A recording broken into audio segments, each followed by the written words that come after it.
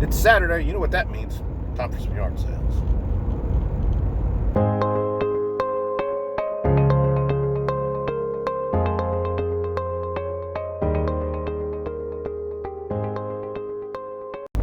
A very foggy, misty, humid day today.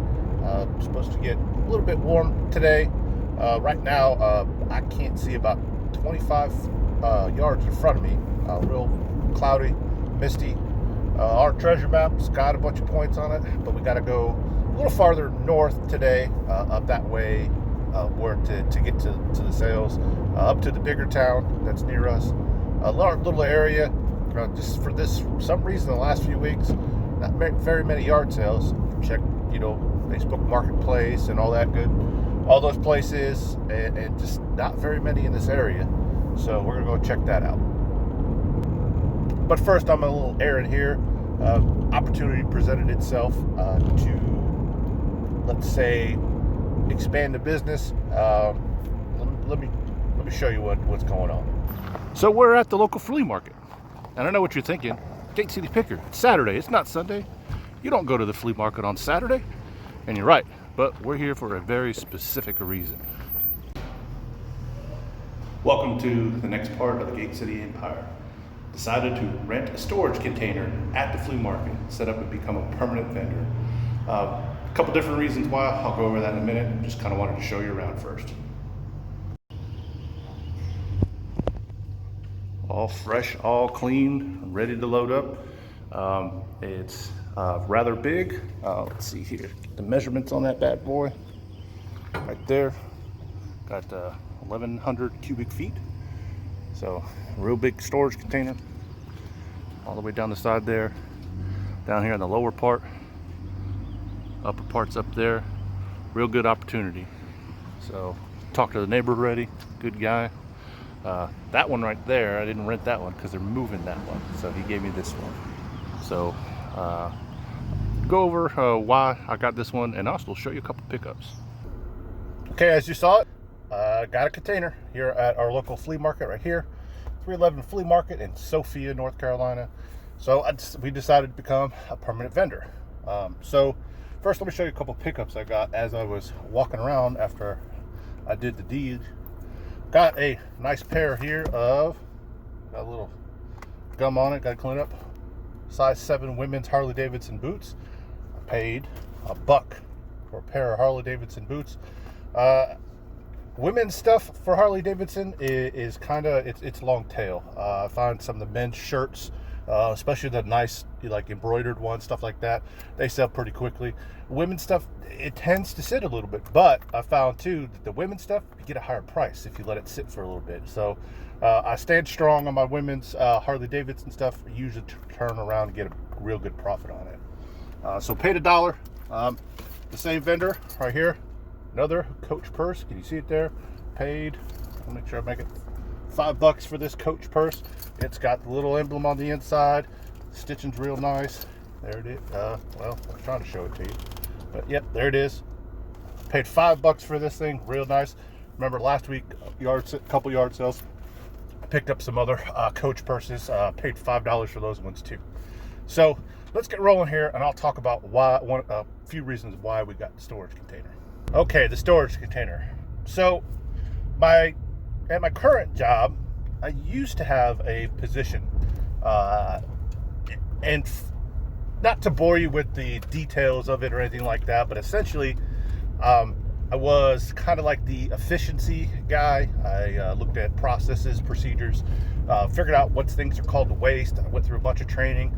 Anybody here familiar with the terms of lean and Six Sigma, green belt, black belt, all that stuff? But it was an old position, and I still work at the same company, just a different position now. But that's what I did. So all of that training doesn't just go away, and I always kind of keep it in my mind, and especially moving into having my own business.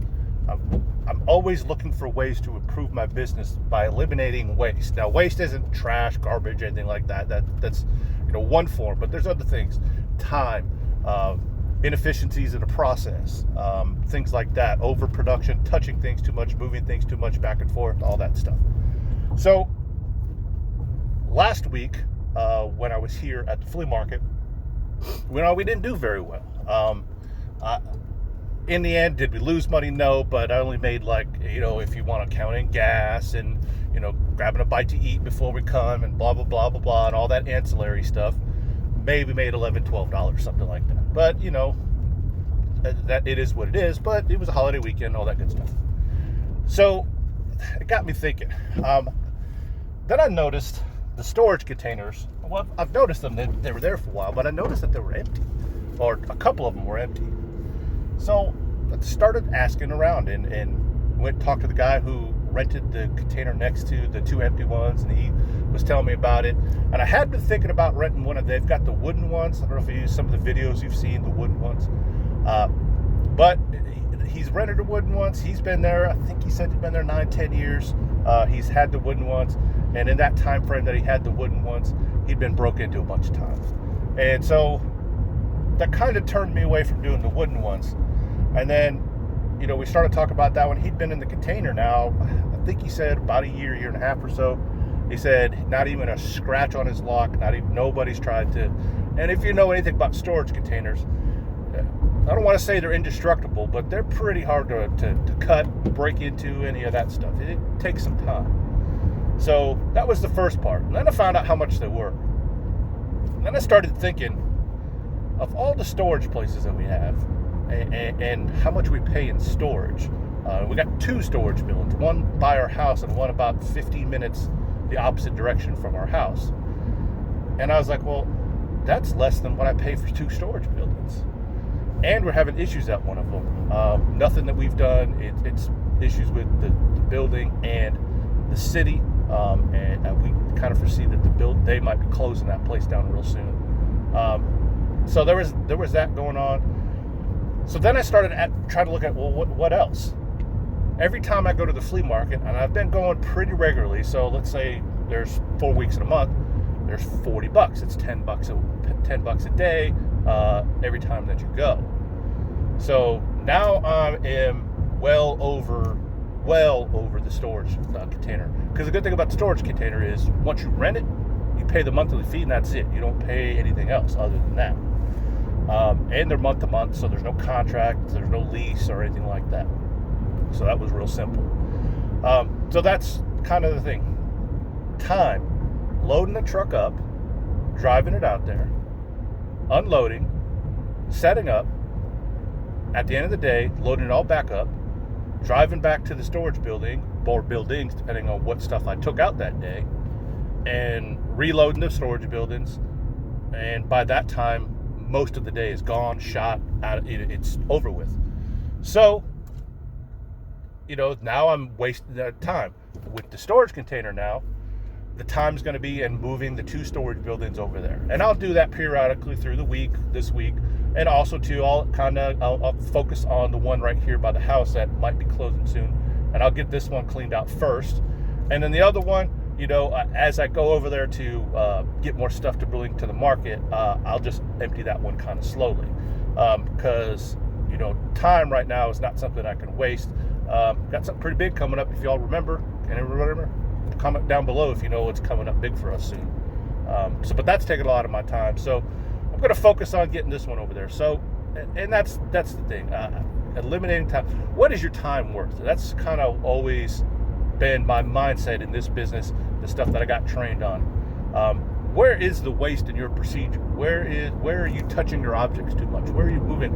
Every time you touch something of your inventory, whether to be pick it up, to take the picture, then pick it up to put it on the shelf, then pick it up to put it in the box, and then you take it to your shipping station. Every time you touch that item, you're opening the probability that it might get damaged or something might happen to it. So the less time that you can touch something, the more likelihood of that object getting damaged is reduced. So that's another part. I move the items over there. So I'm not loading it up, touching it one time, tucking it out of the truck, putting it on the table, taking it off the table, putting it back in the box, picking up the box, putting it back in the truck, driving it back to the storage building, taking it out of the building, and putting it back into the building.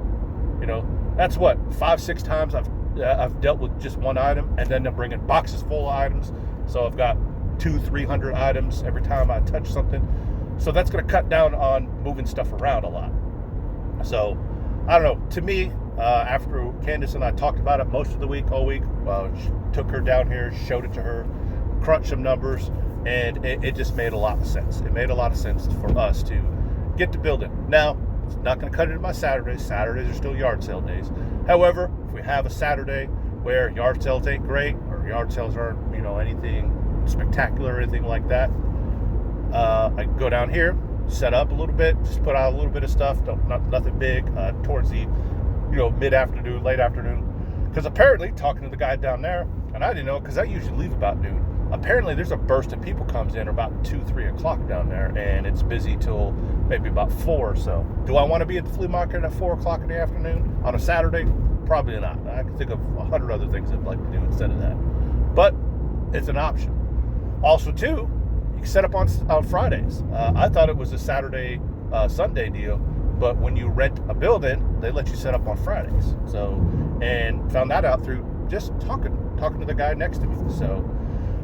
So he's real happy. He's actually really excited about it because he's kind of the believer that the more people come and set up down there in those containers, because he's got the two next to him were empty. I've got the one now next to him. The one on the end is empty now, so hopefully somebody will rent that. But it makes that corner of the flea market look real busy, and it'll attract more people down there. So he's really excited. We've already worked out a thing.